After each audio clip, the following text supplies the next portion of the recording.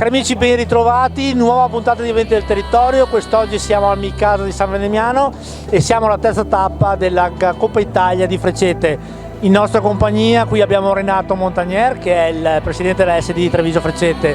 Ben ritrovato Renato, grazie mille dell'invito.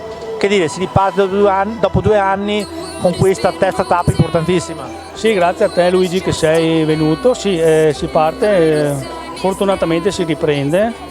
Sì, oggi giochiamo la tappa della Coppa Italia a squadre, girone doppio KO.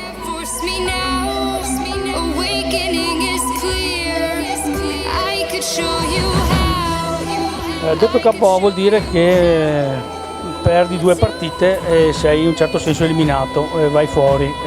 Alla fine del tabellone la prima squadra in graduatoria prenderanno dei punteggi e alla fine, e questa essendo la terza tappa, ve ne verrà fatta una quarta che verrà fatta a Verona, e alla fine delle 4 tappe le 4 squadre che acquisiranno il miglior punteggio andranno alla fase finale.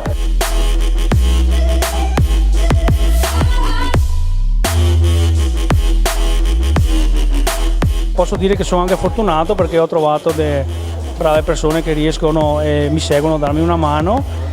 E mi ero dimenticato di dirti che noi abbiamo anche la squadra, la nostra, della SD Freccette Treviso, che partecipa e si sta comportando molto bene.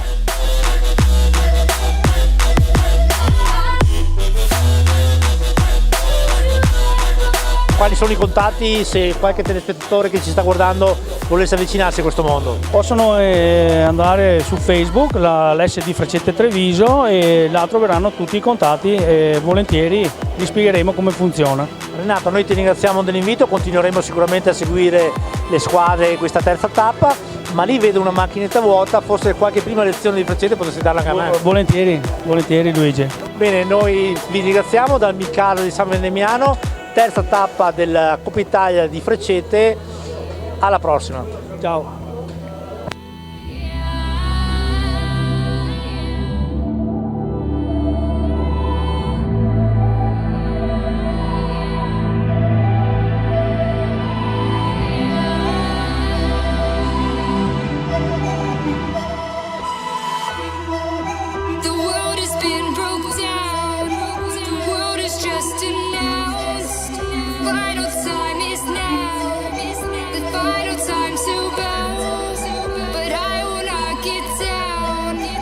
You can't force me now.